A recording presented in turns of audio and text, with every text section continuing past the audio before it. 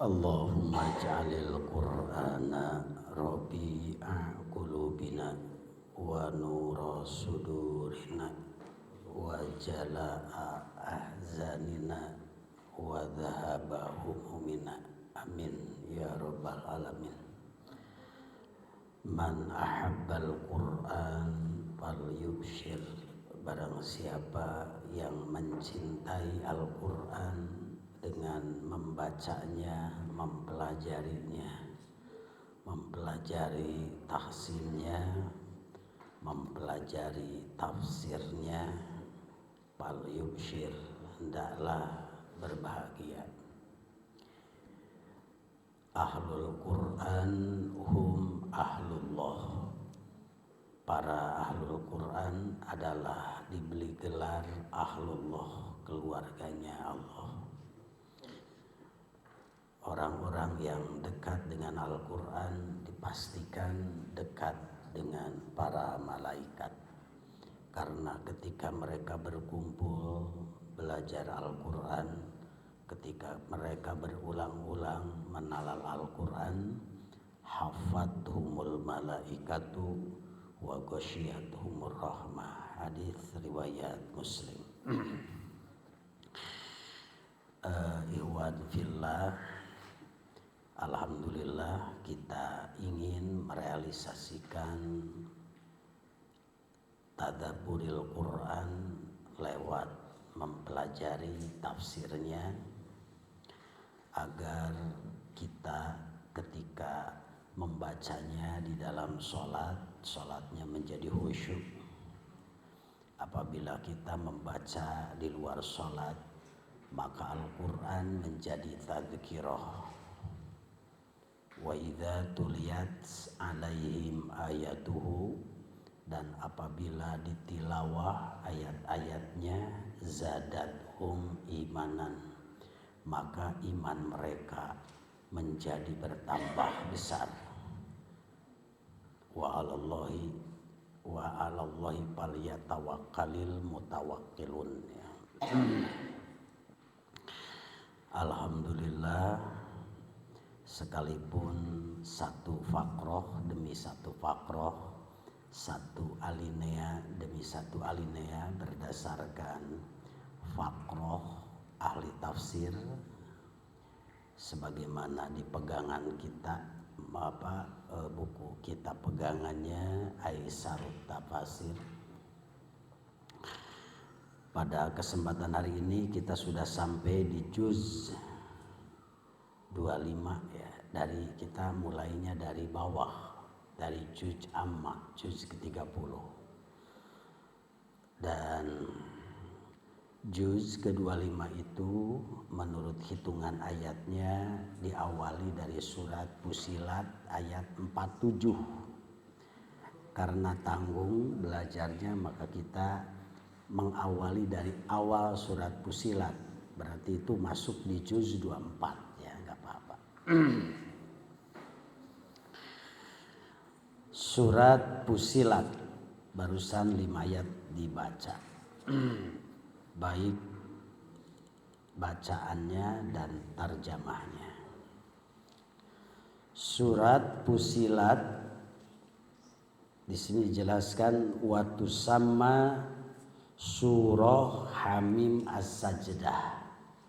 Nama lain surat Fussilat itu surat Hamim As-Sajdah.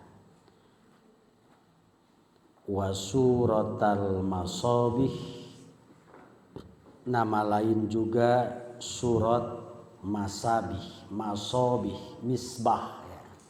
Surat penerang. Misbah itu lampu, Masabih lampu-lampu, lentera. Wa suratul Amwat, dan juga disebut surat Al-Amwat.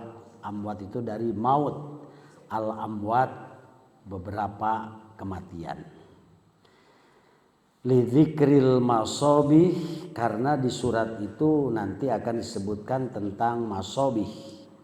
Wal amwat, karena di surat ini juga disebutkan tentang al amwat.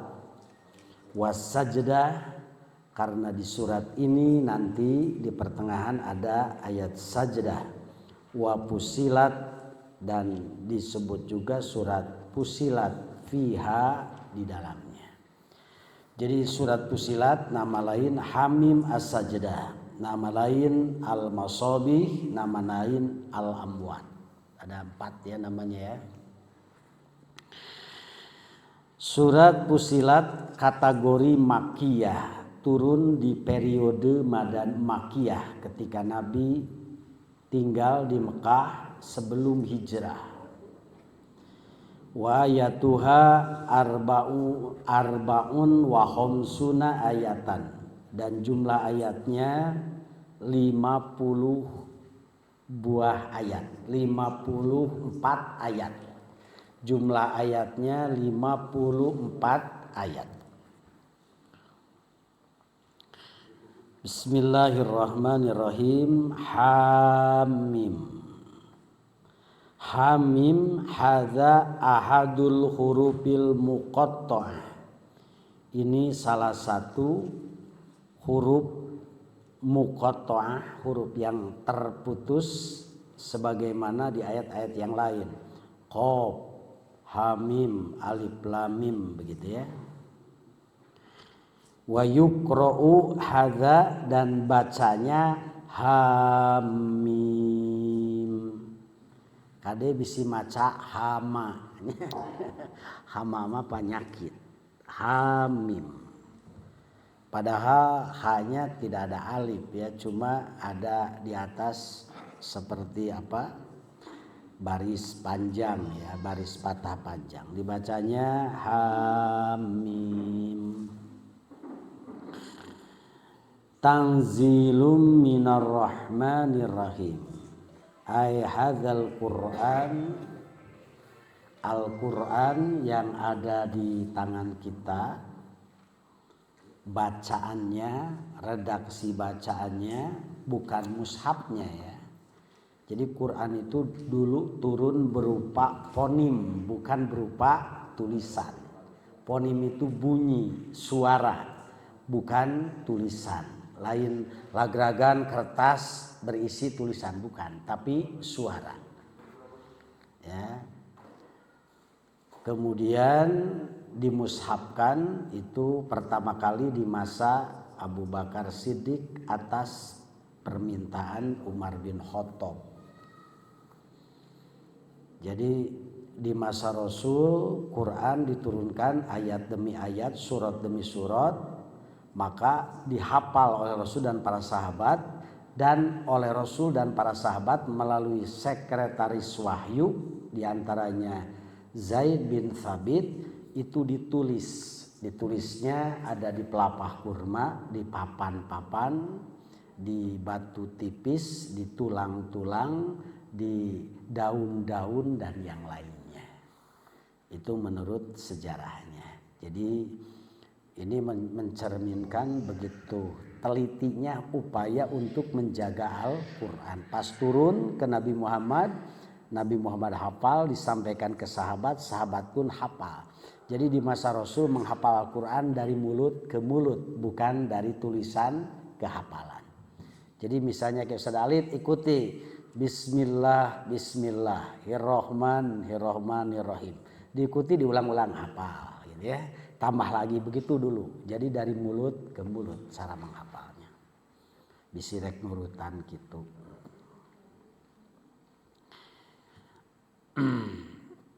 Jadi kita meyakini Quran itu produk samawi dari Allah, bukan produk dunia. Bukan ciptaan seseorang dan muncul di dunia. Makanya bagi orang yang tahu tentang itu, sungguh Al-Quran sesuatu mukjizat yang harus diagungkan. Tanzilum minar rahmanir rahim. Diturunkan dari Tuhan yang maha pengasih lagi maha penyayang. Apa yang diturunkan itu, ini khobarnya kata ini ya. Kitabun, yaitu kitab, tulisan Al-Quran maksudnya, Fussilat yang sangat jelas ayatuhu ayat-ayatnya. Qur'anan merupakan bacaan Arabian berbahasa Arab. Ya. Di sini kitabun fussilat ayatuhu Qur'anan Arabian. Buat siapa? Liqaumi ya'lamun. Bagi kaum, bagi orang-orang yang mengetahui. Jadi wayahna kudu nyaho kana Quran teh. Ya, bagi orang yang mengetahui bahasa Arab. Ya, harus belajar bahasa Arab. Nanti ada penjelasannya. Di dalamnya basyiron, kabar gembira tentang adanya surga, balasan kebaikan, kenikmatan yang abadi, bidadari-bidadari surga dan yang lainnya. Wa nadhiro, dan di dalamnya ada peringatan. Peringatan bagi orang yang tidak mematuhi aturan, bagi orang yang maksiat, bagi orang yang melanggar aturan. Wa nadhiro. Dan kata Allah, fa'a'rada aktsaruhum, kebanyakan mereka berpaling dari Al-Qur'an. Fahum la yasmaun, mereka itu tidak mau mendengarkan Al-Qur'an. Dulu, sekarang tidak mau teh kageser ku musik-musik, ya. Ku hiburan-hiburan, ku berbagai program handphone dan yang lainnya. Wa qalu, kenapa mereka berpaling? Kenapa mereka tidak mau mendengarkan? Khususnya orang Quraisy, kafir Quraisy. Ini pernyataan mereka berbentuk penghinaan. Wa qalu, mereka berkata, qulubuna fi akinnatin, hati kami fi akinnatin. Apa tadi akinnatin? Hati kami sudah tertutup. Mimma tad'una ilaihi, dari apa yang engkau ajak kepada kami, ilaihi, kepada keyakinan itu. Kami sudah muak, kami tidak mau mendengar. Wa fi adzanina, dan begitu juga di telinga kami, wakrun, ada sumbatan.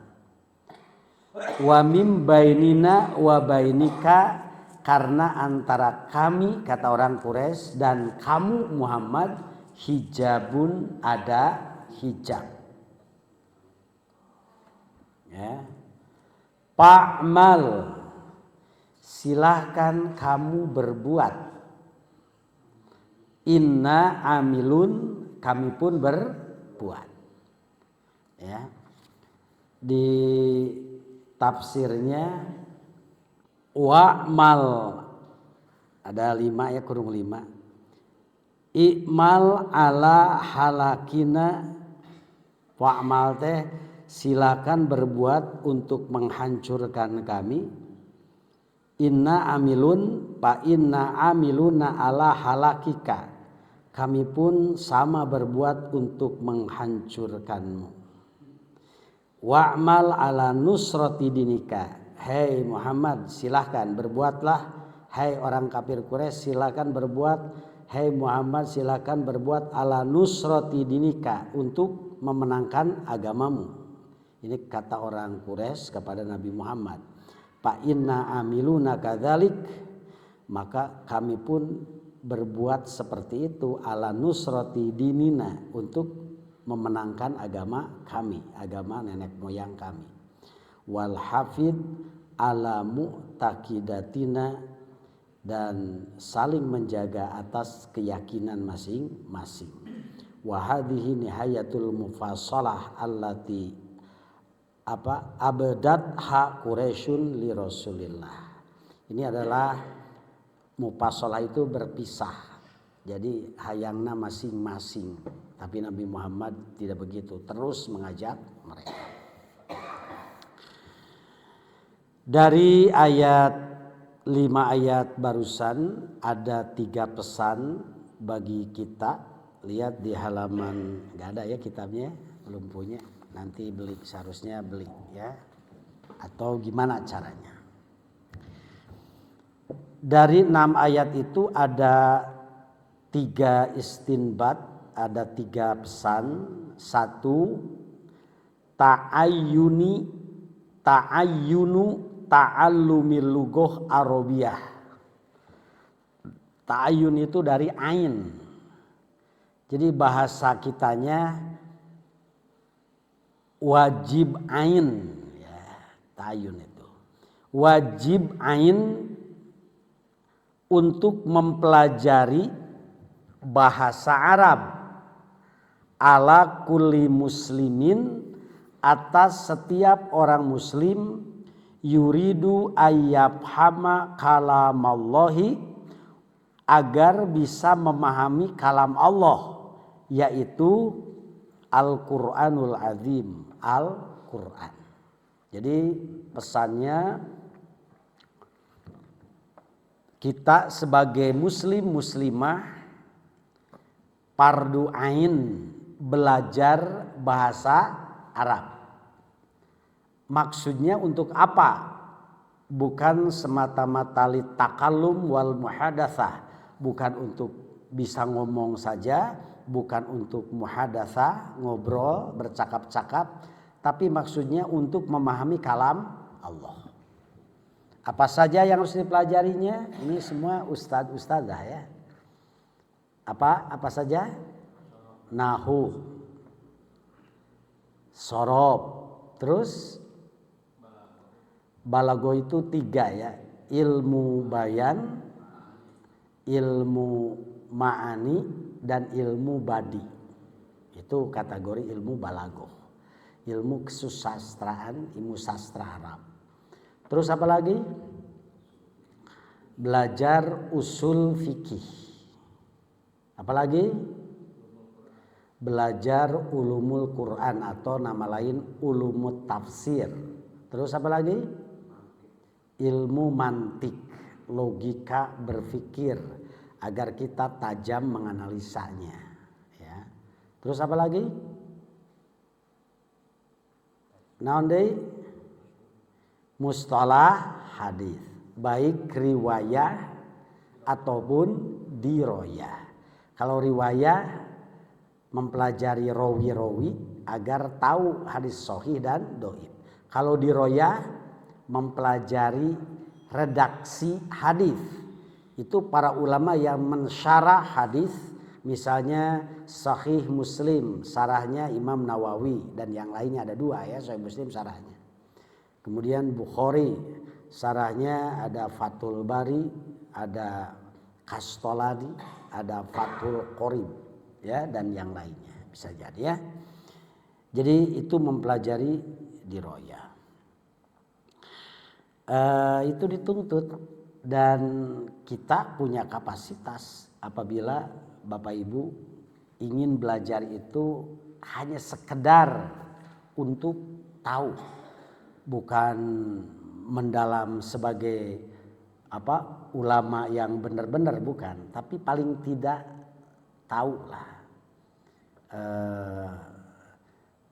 program yang mudah, Nahu Al-Muyassar ya, Sadaceng. Sekarang Sadaceng ada 2, Al-Muyassar hijau, Al-Muyassar Qoribah yang kuning. Nanti kalau udah itu kita bakal paham sendiri. Kitab Nahu itu ada Jami'ud Durus. Ada apa lagi? Alfiyah Ibnu Malik. Ada apa lagi? Ada apa lagi? Banyak ya, Qatrun Nada. Ada apa lagi? Jurumiyah ya. Ada itu kitab apa ya namanya?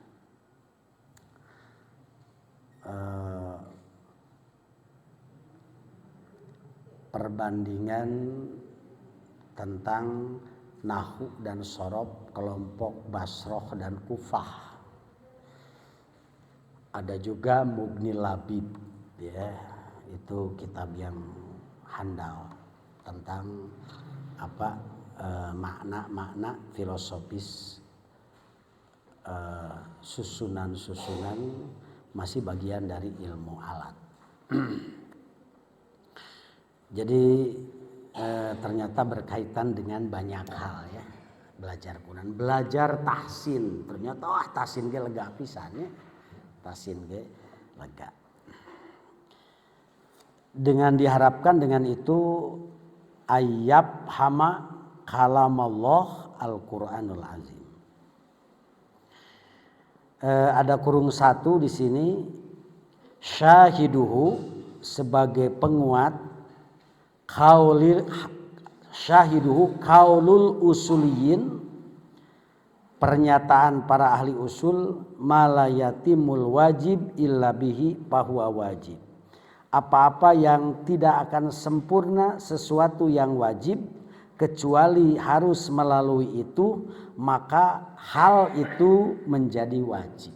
Maksudnya tidak akan bisa memahami Al-Quran tanpa mempelajari bahasa Arab, maka artinya mempelajari bahasa Arab itu menjadi wajib. Jadi wa madama la yufhamu syar'u illa bilugatil Qur'an wajaba, ya, maka menjadi wajib ta'allumu hadhil lughah, mempelajari bahasa ini. Itu ya, jadi kita tahu dari ayat itu, ayatnya gimana ayatnya? Kitabun fussilat ayatuhu Qur'anan Arabiyyan liqaumi ya'lamun. Itu dipahami ta'ayyunu ta'allumil Qur'anil, ta'ayyunu ta'allumil lughah al-Arabiyyah. Wajib ain belajar lughah Arabiyah ala kulli muslimin, bagi setiap muslim yuridu ayyab hama kalam Allah, yang ingin paham tentang kalam Allah yaitu Quranul Azim. Dan dijelaskan di sini pakai syawahid, pakai bukti, diantaranya cara berpikirnya malam yatimul wajib illa bihi fahuwa wajib wa madama la yufhamu syar'u illa bil lugatil Quran wajaba ta'allumu hadhil lughah, ya. Menjadi wajib. Apa yang wajib? Mempelajari bahasa ini. Dua, pesannya istimalul Quran ala uslubit targhib wat tarhib. Al-Quran mencakup di dalamnya uslub dari sisi retorika, dari sisi gaya bahasanya, mengandung at-targhib wat tarhib. Targhib wat tarhib bahasa tauhid, ar-roja wal khauf. Bahasa pendidikan adalah mengandung motivasi. Jadi kalau di pendidikan, kenapa kita harus memberi stimulus, harus memotivasi anak, baik dengan targhib ataupun dengan tarhib. Itu adalah metode Al-Quran. Ulah monoton, orang akan semangat itu apabila ada targhib dan tarhib. Apabila ada motivasi yang mendorong dia berbuat atau motivasi agar dia terhindar dari sebuah maksiat. Nah, itu metode Quran. Makanya melihat ini Imam Al-Mundhiri menyusun kitab yang terkenal, kitab At-Targhib wa Tarhib. Ini adalah melihat Al-Quran. Kita pun kalau dakwah, lihat Nabi dakwah, bicara targhib dan tarhib, bicara surga, bicara kebahagiaan, bicara kemenangan. Bicara tarhib, bicara neraka, bicara bahayanya berbuat dosa, bicara bahayanya tidak baik dengan Allah, tidak baik dengan sesama manusia, itu tarhib. Jadi orang kalau tidak ada targhib dan tarhib, itu orang akan frustasi, akan lemas, tidak akan punya energi untuk berbuat. Makanya seorang ulama Timur Tengah terkenal, saya ingat kitabnya 8 jilid, kitabnya Solahul ummah fi uluwil himmah. Beresnya umat ini apabila umat punya himmah, punya semangat, punya punya motivasi tinggi untuk berbuat yang terbaik. Gitu ya. Jadi jangan lupa kita dalam mengajak orang, dalam menyadarkan umat, dalam berdakwah, itu konsep Al-Quran adalah di dalam nasihat kita harus ada unsur targhib dan harus ada unsur tarhib. Itu di dalamnya motivasi untuk berbuat dan motivasi untuk menghindar dari sesuatu yang tidak baik. Dan yang ketiga, pesan yang ketiga dari 5 ayat barusan, bayanu syiddati adawatil musyrikin lit tauhid wadda'ina ilaih. Menjelaskan dahsyatnya permusuhan, dahsyatnya memusuhinya orang musyrik kepada tauhid dan kepada orang-orang yang menyeru kepada tauhid. Jadi orang ahlul musyrik, baik musyrik yang jelas-jelas musyrik atau musyrik terselubung, sangat tidak senang kepada tauhid dan sangat tidak senang kepada orang-orang yang mengajak tauhid. Fi kulli zamanin wa makanin. Kapanpun, di setiap zaman, di setiap makan, di setiap waktu, di setiap tempat. Kalau Anda bicara tauhid yang sesungguhnya, maka orang-orang ahlul musyrik itu akan membencinya. Coba, ahlul musyrik itu seperti apa? Biar jelas. Ashabul kubur, ya. Apalagi? Al-kahin, ahlun nujum, lain anu nujum bintang, maksudnya paranormal. Orang-orang yang menyembunyikan antara musyrik dan tauhid, ya, itu mereka itu marah kalau berbicara tauhid yang sesungguhnya. Begitu ya. Oleh karena itu hati-hati. Karena kata Al-Quran diberitahu, bayanu syiddati adawatil musyrikin lit tauhid wa da'ina ilaihi bi kulli zaman wa makan. Alhamdulillah. Alhamdulillah, itulah yang bisa Ustaz sampaikan. Surat Fussilat ayat 1 sampai 5, pesan bagi kita. Mudah-mudahan kita bisa memahaminya, bisa meyakininya, bisa mengamalkannya, dan mudah-mudahan kita termasuk ahlul Quran. Amin ya rabbal alamin. Amin ya mujibas sailin. Walhamdulillahi rabbil alamin. Subhanakallahumma bihamdika asyhadu an la ilaha illa anta astaghfiruka wa atubu ilaik. Assalamualaikum